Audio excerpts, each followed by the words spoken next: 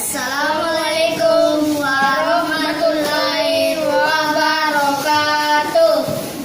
Wahai Hasan, mulut merupakan saluran utama yang dilalui makanan. Di rongga mulut dilengkapi alat pencernaan dan kali warna pencernaan dan kelenjar pencernaan untuk pencernaan makanan.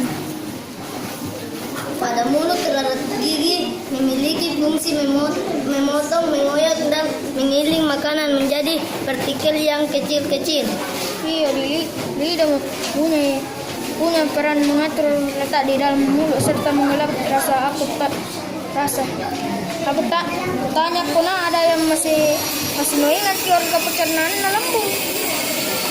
Lambung adalah kejutan dari esophagus bentuk seperti kontur. Lambung dapat menampung makanan sampai 1 liter sampai mencapai 2 liter. Assalamualaikum